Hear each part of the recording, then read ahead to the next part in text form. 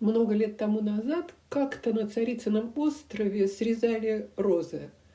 И на несколько минут я положила эти срезанные розы на мраморную руину.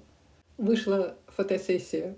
В этом году исполняется 20 лет с тех пор, как музеи на островах открылись для посетителей.